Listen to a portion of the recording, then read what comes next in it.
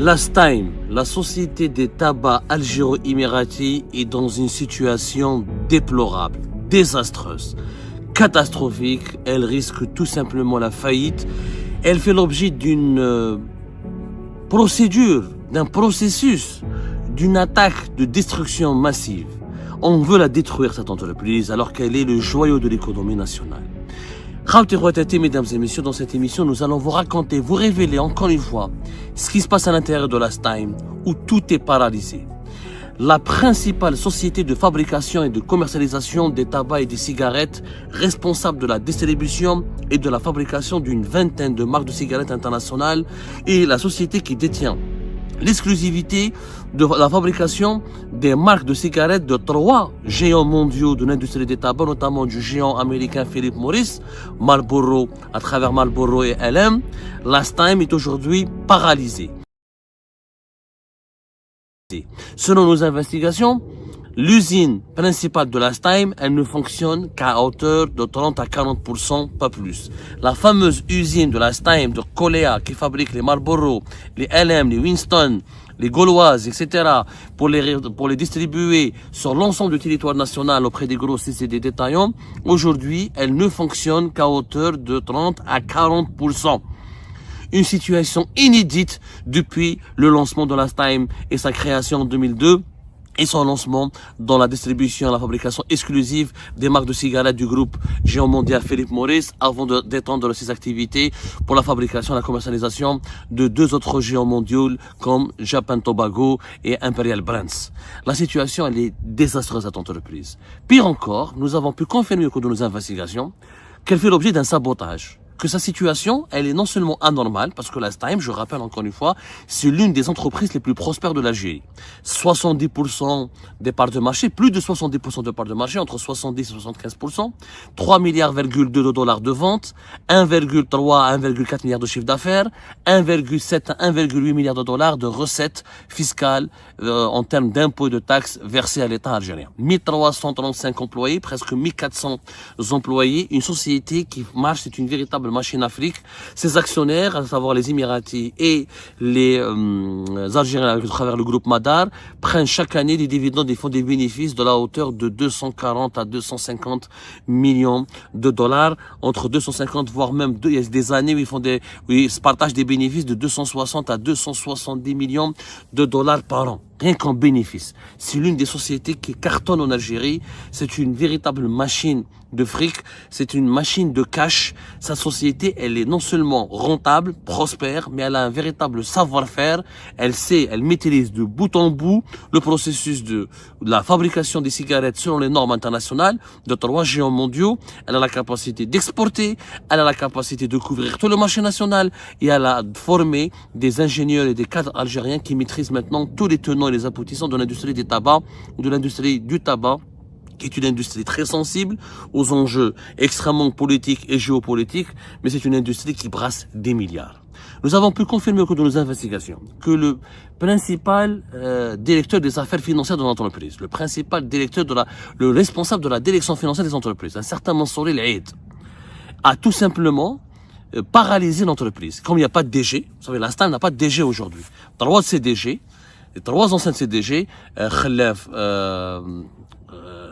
Zahir Khalaf, celui qui lui a précédé, il est kabyle, j'ai oublié, à chaque fois j'oublie son nom, parce qu'il est resté même pas 2-3 semaines. Et le 3e, Zahreddin Al-Amri, Akli Ouarabet. Il a été le 2e DG de l'Astime. 3 DG sont en prison. Aujourd'hui, il n'y a pas de DG. Depuis l'emprisonnement du dernier DG de l'Astime, le 20 juillet 2026, il n'y a pas de DG. Elle n'a pas de directeur général. Alors qu'elle a pratiquement, elle est leader pratiquement dans une situation de monopole en ce qui concerne le secteur du tabac en Algérie. L'usine, la production a chuté de jusqu'à 60%, voire même 70% par certaines périodes.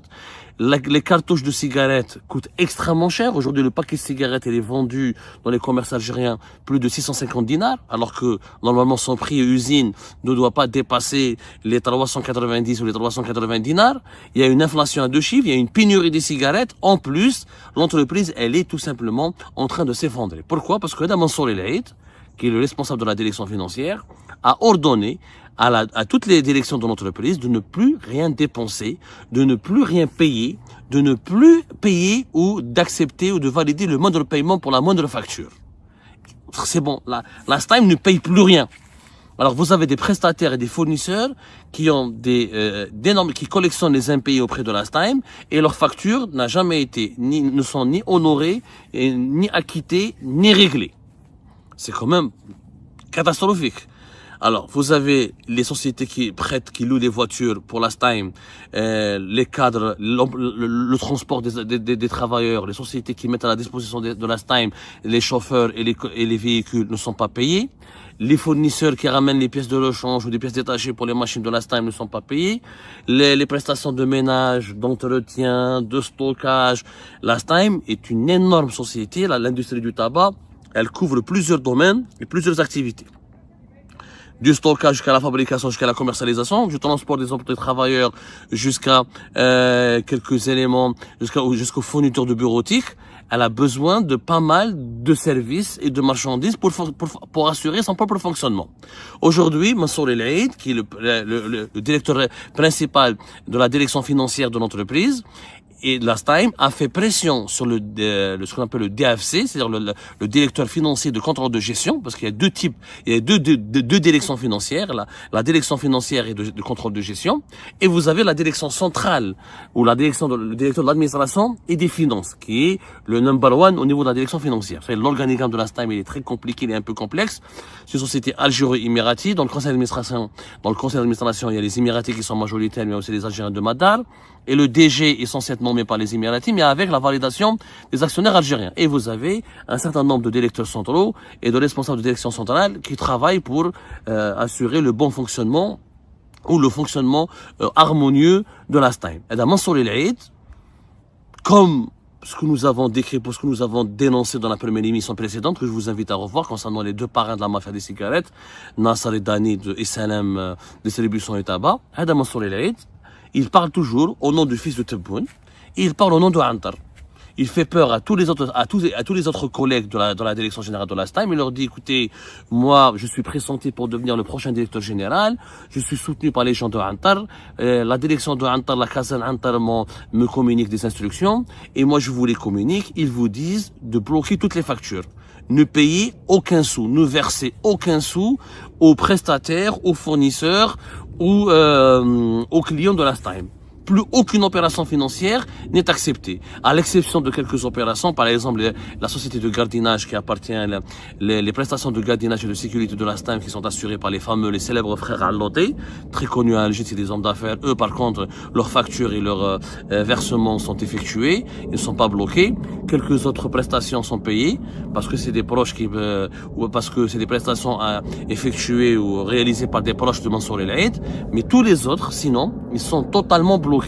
Je peux vous assurer que 80% des paiements que doit faire la Stime auprès de ses fournisseurs et de ses prestataires sont bloqués. Alors vous avez une dizaine d'entreprises, pour ne pas dire une dizaine de prestataires d'entreprises, qui ne sont pas payés, qui se retrouvent aujourd'hui dans des graves difficultés financières. Mansour El Aid, qu'est-ce qu'il dit? Il dit, écoutez, moi c'est Antar qui m'ont demandé de vous dire de ne rien payer, de ne rien toucher, de ne pas dépenser d'argent dans l'entreprise jusqu'à nouvel ordre. كيفاش ما فهمناش دونك هذه لاست تايم ولات sous la coupe de Antar. Je n'ai jamais vu moi un pays où le centre principal des opérations des services secrets de la Direction générale de la sécurité intérieure, c'est lui qui dicte la ligne de conduite d'une entreprise économique, d'une entité économique. On n'a jamais vu ça nulle part au monde. D'ailleurs, à se poser, est-ce que c'est vrai? Est-ce que c'est Mansour El Aid? Est-ce qu'il n'exagère pas? Est-ce qu'il n'est pas en train de mentir? Est-ce qu'il n'est pas en train de semer la panique? Nous avons effectivement prouvé qu'il a des liens avec un certain nombre d'officiers de Antar, mais la Kazan Antar n'a aucune autorité à exercer sur les entreprises économiques. Il n'a ni le droit, ni la vocation de dire comment une entreprise doit être gérée. Je rappelle que la Stime, elle verse beaucoup d'impôts et beaucoup de taxes. Et détruire pour le trésor public, c'est de l'argent qui rentre dans les caisses de l'État. Détruire la Stime, la déstabiliser, c'est aussi détruire le trésor public et l'intérêt général, qui est l'intérêt général de l'économie nationale. Donc, Adam Mansour El-Aïd, moi j'aimerais bien qu'il nous explique, je connais Anna, je connais le colonel qui est responsable de Antar, il s'appelle un certain colonel Tarek. On m'a tous dit qu'il c'est un homme de bonne famille, etc., que c'est pas son genre, ce genre de pratique. Mais moi, j'invite le colonel Tarek, le général-major Mounir Zahi, le patron de la DGSI, à nous fournir des explications et à nous dire, est-ce que c'est vrai, c'est eux qui ont pris le contrôle de la Stime? Est-ce que la Stime, maintenant qu'il n'a plus DG, depuis l'emprisonnement de Zahir Khalaf, Akli Ouareb et, comment il s'appelle, Zahra Din Amri, est-ce que cette entreprise maintenant a été placée sous la coupe des services secrets algériens? C'est impossible, c'est interdit, c'est illégal. Elle est encore algéro-émiratie et les Émiratis sont majoritaires. Est-ce que les Émiratis ont concédé la Stime à l'État algérien pour que le service secret la gère? J'aimerais bien que, d'ailleurs, sa situation, elle va créer des graves problèmes diplomatiques pour l'Algérie. N'oublions pas que la Stime, elle est liée par un contrat d'exclusivité avec Philip Morris. Philip Morris, géant américain, c'est les amis de Donald Trump. C'est les amis et parmi les bailleurs de fonds et parmi les premiers soutiens de l'administration Trump. Moi, je dis aux autorités algériennes, vous êtes en train de jouer avec le feu. Philip Morris ne va pas tarder à saisir la Maison Blanche parce que l'Algérie, c'est l'un de ses 4 ou 3 plus importants marchés en Afrique, surtout en Afrique du Nord et au Moyen-Orient. Les Américains ils vont en avoir marre de cette situation. Saboter la Stime, c'est saboter Marlboro. Saboter Marlboro, c'est provoquer des milliards de pertes. Déjà, il y a des droits, des redevances de marques qui n'ont pas été payées, qui n'ont pas été payées par l'État algérien, qui n'ont pas été encore payées par la Stime, parce que leur paiement, les versements on a déjà sorti sur Algérie Part, c'est plusieurs dizaines de millions de dollars, c'est plus de 160 millions de dollars qui sont bloqués et que Philippe Morris n'a pas encore récupéré auprès de l'État algérien parce que la Banque d'Algérie empêche la Stime de faire des virements et de procéder au paiement nécessaire. Mais là, non seulement on ne veut pas payer Philippe Morris, apparemment ce problème serait en cours de résolution, et de cela quelques mois quand nous l'avons nous révélé, le ministère des Finances a fait des réunions d'urgence, il a intervenu, il a demandé à la direction générale de la Stime, et il a pris contact avec la direction générale de la Stime pour régler ce problème, parce que l'État algérien, Abdelmajid Tebboune le sait pertinemment, n'a pas intérêt à heurter la sensibilité ou à provoquer la colère ou à torpiller les intérêts de Philippe Morris. Alors c'est pas les Émiratis, c'est les Américains, c'est les amis de Donald Trump. Et on sait tous que adopter une politique contre les amis de Donald Trump, ou torpiller les intérêts des amis de Donald Trump, ou pratiquer une politique hostile contre les amis et les gens américains proches ou fidèles ou acquis à la cause de l'administration Trump, c'est tout simplement provoquer l'hostilité et l'animosité et se mettre à dos l'administration Trump. Donc je ne sais pas de Majid Tebboune, est-ce qu'il joue? À quoi il joue? Il est en train de jouer avec le feu, il est en train de mettre l'Algérie dans une situation géopolitique et extrêmement sensible et délicate. D'autant plus que Philippe Morris n'a rien demandé. Philippe Morris, il a un contrat d'exclusivité avec les Émiratis, la Stime, Marlboro, elle est fabriquée en Algérie, il y a un transfert de savoir-faire, il y a une matière première qui est vendue, il y a des cahiers de charges qui sont respectés, il y a une industrie qui marche, qui prospère, l'Algérie, elle est gagnante. Au lieu de subir la contrebande, etc., et de subir et d'importer les marques, les Marlboro, etc., l'Algérie, elle a acquis la capacité de les fabriquer localement, elle a même la capacité de les exporter. Donc, c'est quoi le problème? عندك problème avec les actionnaires émiratis, c'est l'entreprise. Et puis, c'est quoi ces connexions mafieuses bizarres? Des parrains de la mafia des cigarettes qui parlent au nom de Mohamed Tebboune et au nom de Antar.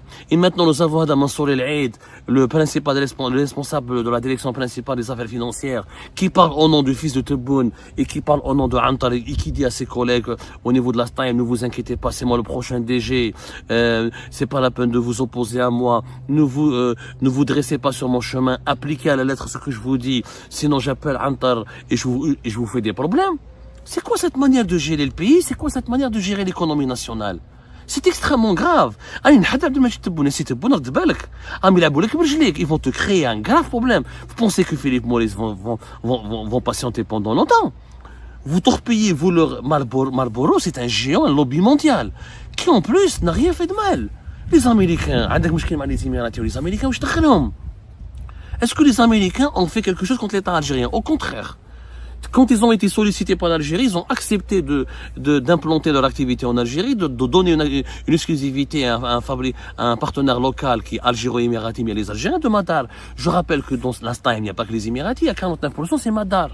C'est une entreprise publique, donc c'est le trésor public, donc c'est l'intérêt général du pays, donc c'est l'État algérien qui est perdant à travers cette entreprise de sabotage. Qu'est-ce qui se passe? Qu'est-ce qu'on est en train de faire? Tebboune est un véritable inconscient. Ou ils sont en train de manipuler Béchar Mohamed Rasso pour l'entraîner dans une situation conflictuelle aux conséquences éventuellement désastreuses pour lui et pour l'Algérie. C'est Donald Trump s'énerve, c'est le lobby pro-trumpiste s'énerve et s'ils commencent à mettre l'Algérie dans leur viseur, on est vraiment mal barré. Déjà, on a un problème avec le Maroc et les Émirats et Israël qui sont très proches des États-Unis. Et nous avons un ordre mondial, notamment depuis le début de la guerre contre l'Iran, qui est en train de se redessiner dans la région avec une offensive belliqueuse très dangereuse de la part de l'Amérique de Trump.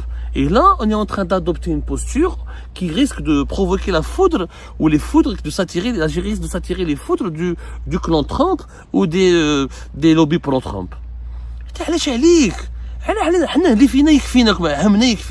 La Stime marche bien, elle paye les impôts, elle recrute, il y a les employés qui sont bien payés, etc. Il y a un savoir-faire, il y a une industrie qui s'est professionnalisée, etc. Négocie directement avec les Émiratis, une porte dessus, mais ne sabote pas l'entreprise. C'est quoi l'objectif du régime Tebboune? En fait, de saboter la Stime, de lui causer des pertes financières importantes, de saboter son outil de production pour la dévaloriser, pour la racheter. Ça ne marchera pas. Les Émiratis, wallah, 3-4 milliards de dollars. Ils vont jamais la céder moins à 4 milliards de dollars minimum. Hein. Je vous dis la vérité. Ils vont pas la céder. Ils vont pas la céder. Ils n'ont pas, parce que c'est un actif qui est valorisé. Tu peux pas dévaloriser un actif qui est valorisé et qui a de la valeur depuis 2002. Ça fait plus de 20 ans. Pratiquement 24-25 ans maintenant que la Stime est devenue une poule aux œufs d'or. Tu ne peux pas aujourd'hui tuer cette poule et l'égorger et dire à son propriétaire, tu dois l'enterrer, on va pas t'indemniser parce qu'elle était mourante ou elle était malade. Pas du tout. Ça ne marchera pas. Donc, Mansour El Aid, à quoi il joue? À quoi il joue? Qui lui dit, qui a Antar, lui permet de parler au nom de Antar? Au nom du principal centre de logistique du service secret algérien. Qui au sein des services secrets algériens a décidé de prendre le dossier de placer la Stime sous son égide, sous son autorité? C'est du jamais vu. Les services secrets, c'est le contre-espionnage, c'est le renseignement, c'est la sécurité nationale, c'est pas l'économie. Les services secrets ne connaissent rien à la rentabilité, à l'investissement, etc. Moi, ça m'étonnerait que ça soit vrai. Maintenant, si c'est Mansour El Aid dit vrai, et c'est vraiment les officiers ou les cadres de Antar qui lui disent ce qu'il faut faire, ce qui doit être fait, ce qui ne doit pas être fait, c'est extrêmement grave. C'est extrêmement grave. Moi, je tire la sonnette d'alarme et je vous dis une chose. À ce rythme-là, non seulement on risque de perdre un joyau d'économie algérienne, des milliers d'emplois qui sont menacés, les prestataires et les fournisseurs que la Stime refuse de payer, ils ont eux-mêmes des employés, ils ont eux-mêmes des charges financières, etc. Donc si c'est des milliers de familles qui vont être impactées, chômage, précarité et des vies qui seront détruites, en plus, on risque d'entrer dans une phase de tension qui ne sont pas souhaitables avec les États-Unis d'Amérique, la première puissance universelle, et les lobbies pro-Trump. Et ce n'est pas du tout cela l'intérêt de l'Algérie. Moi, je dis à M. Tebboune de se réveiller en urgence et d'aller demander une enquête approfondie sur ce qui se passe au niveau de la direction générale de la Stime, qui est en train de devenir un foutoir. Mansour El Aid, les frères Salem, Tabac et Distribution, des lobbies mafieux sont en train de détruire à petit feu ce que l'Algérie a mis 20 ans pour construire, à savoir une entreprise qui a du savoir-faire, qui a de la maîtrise technologique et qui est extrêmement rentable dans le domaine de l'industrie du tabac.